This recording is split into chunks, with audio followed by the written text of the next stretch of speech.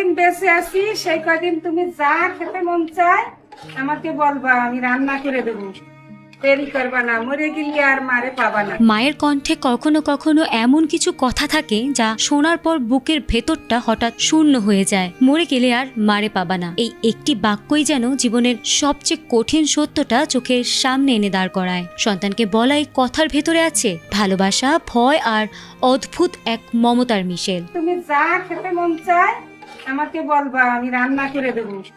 দেরি করবা না, মরে গেলে আর মারে পাবা না। সম্প্রতি নেট দুনিয়ায় ছড়িয়ে পড়েছে এমনই একটি ছোট্ট ভিডিও যা লাখো মানুষের চোখ ভিজিয়ে দিচ্ছে। কোনো নাটক নয়, কোনো অভিনয় নয়, এক মায়ের বলা কয়েকটি সরল কথা মুহূর্তেই সামাজিক যোগাযোগ মাধ্যমে ভাইরাল হয়ে গেছে। ভিডিওতে এক মা সরল কণ্ঠে বলছেন, তোমার যখন ইচ্ছে হবে বাড়ি এসে আমার হাতের রান্না খেয়ে যাবে। আমরা যতদিন বেঁচে আছি তোমার সব ইচ্ছে পূরণ করে নাও, মরে গেলে কিন্তু আর পাবে না।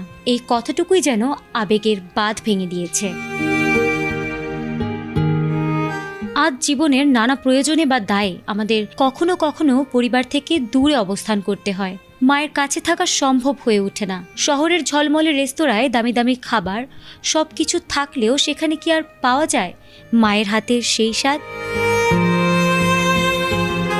ভিডিওতে বলা কথাগুলো শুনতে সাধারণ মনে হলেও এর গভীরে লুকিয়ে আছে সময়ের সঙ্গে পাল্লা দেওয়া এক অদৃশ্য আরতি। মা জানেন সময় থেমে থাকে না, মানুষও চিরকাল থাকে না।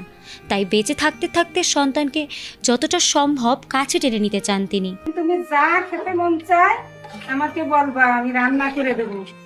দেরি করবা না, মরে গেলে আর মারে পাবা না। মরে গেলে আর মারে পাবা না, এই একটি বাক্যই যেন বাস্তব জীবনের সবচেয়ে কঠিন সত্যটা নগ্নভাবে তুলে ধরেছে। এ আমাদের চারপাশের বাস্তবতা, যেখানে ব্যস্ত জীবনে সন্তানরা ধীরে ধীরে দূরে সরে যায় আর মায়েরা নীরবে অপেক্ষা করেন।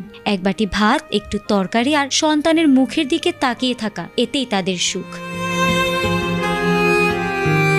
ভিডিওটিতে মায়ের কথায় যে আবেগ তা কৃত্রিম নয়, সেখানে আছে জীবনের অভিজ্ঞতা থেকে আসা এক গভীর উপলব্ধি। মা চলে গেলে শূন্যতা পূরণ করার মতো কিছুই আর থাকে না, কারণ একদিন সত্যি এমন সময় আসবে যখন বললেও আর মা পাওয়া যাবে না। এই কথাগুলো যেন নীরবভাবে আমাদের মনে করিয়ে দেয় মা বেঁচে থাকতে তার কাছে যাওয়া, তার হাতের রান্না খাওয়া, তার পাশে বসে একটু সময় দেওয়া। কারণ মৃত্যু এসে গেলে তখন আফসোস ছাড়া আর কিছুই হাতে থাকে না। বলবা, আমি রান্না করে দেবো। দেরি করবা না, মরে গেলে আর মারে পাবা না। ফারহানা হক, এটিএন বাংলা।